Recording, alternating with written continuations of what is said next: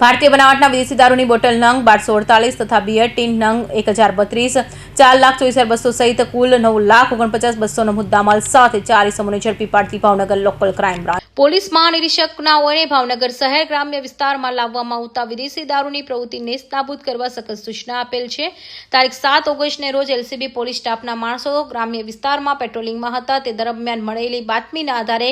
એક સફેદ કલરનો અશોક લેલેન્ડ કંપનીના બડા ડોસ લોડિંગ વાહન રજિસ્ટર નંબર GJ1JT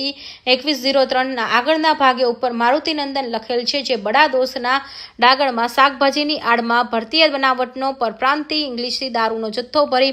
બરવાડથી વલ્લભીપુર તરફ આવી રહેલ છે અને તેની આગળ એક સિલ્વર કલરની સ્વિફ્ટ કાર પાયલોટિંગ કરે છે,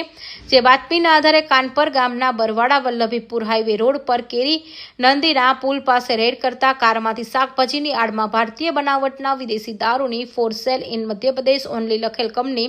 સીલપેક બોટલો તથા બિયર ટીન મળી આવેલ છે, જેથી આ અંગે ભાવનગર વલ્લભીપુર પોલીસ સ્ટેશનમાં પ્રોહિબિશનને અલગ અલગ કલમો હેઠળ ગુનો દાખલ કરી આગળની કાર્યવાહી હાથ ધરવામાં આવેલ છે,